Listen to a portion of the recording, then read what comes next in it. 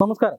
പന്തളം നഗരസഭ ബി.ജെ.പി. നിലനിർത്തിയിരിക്കുകയാണ്. ഇന്ന് നടന്ന ചെയർമാൻ തെരഞ്ഞെടുപ്പിൽ ബി.ജെ.പിയുടെ ചെയർമാൻ സ്ഥാനാർത്ഥിയായ അച്ഛൻ കുഞ്ഞു ജോൺ ആധികാരികമായി വിജയിച്ചിരിക്കുകയാണ്. പാർട്ടിക്ക് 18 അംഗങ്ങളാണ് പന്തളം നഗരസഭയിൽ ഉള്ളതെങ്കിലും ഒരു അംഗത്തിൻ്റെ വോട്ട് കൂടി ലഭിക്കുന്നു.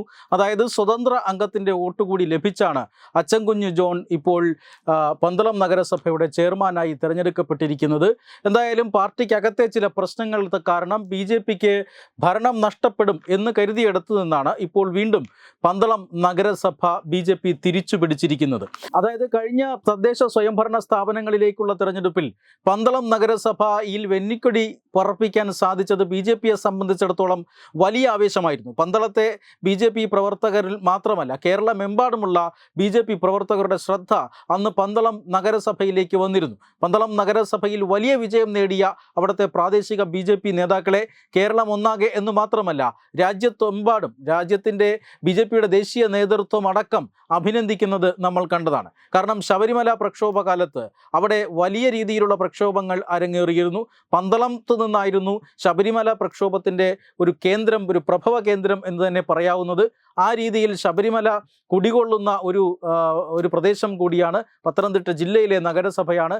അതുകൊണ്ട് തന്നെ പന്തളം നഗരസഭയിൽ ആ തെരഞ്ഞെടുപ്പിൽ 2020 തദ്ദേശ സ്വയംഭരണ സ്ഥാപനങ്ങളിലേക്കുള്ള തെരഞ്ഞെടുപ്പിൽ വിജയം നേടാനായത് വലിയ പ്രതീക്ഷയാണ് ബി.ജെ.പിക്ക് നൽകിയത്. വലിയ ആവേശമായിരുന്നു ആ പ്രദേശത്തെ ബി.ജെ.പി. പ്രവർത്തകർക്കും നേതാക്കൾക്കും എല്ലാം നൽകിയിരുന്നത്. 33 അംഗ ഭരണസമിതിയിൽ 18 സീറ്റുകളും നേടിയത് ബി.ജെ.പി. ആയിരുന്നു. ഇതിൽ 14 പേരും വനിതാ മെമ്പർമാരായിരുന്നു. 9 സീറ്റുകൾ മാത്രമാണ് CPIM-ന് നേടാൻ സാധിച്ചത്. CPI-യുടെ ഒരു കൗൺസിലർ ഉൾപ്പെടെ LDF-ന് നേടാൻ സാധിച്ചത് 9 സീറ്റുകൾ മാത്രമായിരുന്നു. കേരള കോൺഗ്രസിൻ്റെ ഒരു അംഗം ഉൾപ്പെടെ 5 സീറ്റുകൾ മാത്രമാണ് UDF-ന് നേടാൻ സാധിച്ചത്.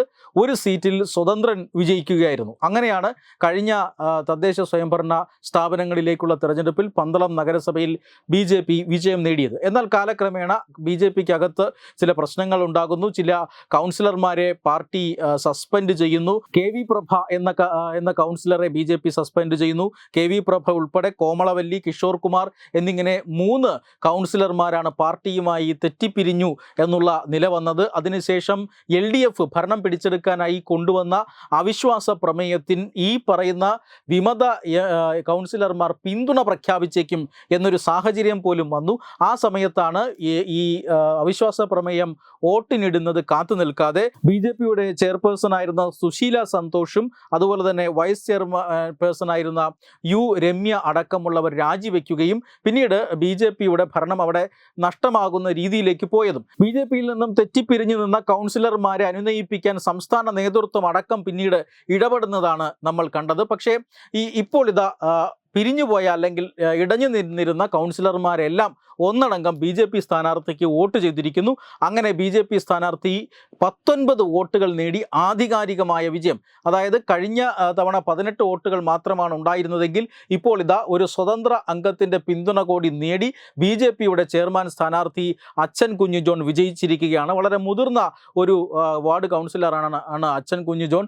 ഈ അച്ഛൻ കുഞ്ഞു ജോണാണ് ഇപ്പോൾ പന്തളം നഗരസഭയുടെ ചെയർമാനായി തിരഞ്ഞെടുക്കപ്പെട്ടിരിക്കുന്നത്. ഈ തെരഞ്ഞെടുപ്പിനെ സംബന്ധിച്ചിടത്തോളം ഏറ്റവും പ്രധാനപ്പെട്ട 2 കാര്യങ്ങളുണ്ട്. ഇതിലൊന്ന് CPM പന്തളം നഗരസഭയിൽ നിന്ന് ബി.ജെ.പിയെ അട്ടിമറിക്കാനായി വലിയ രാഷ്ട്രീയ കരുനീക്കങ്ങൾ നടത്തിയിരുന്നു.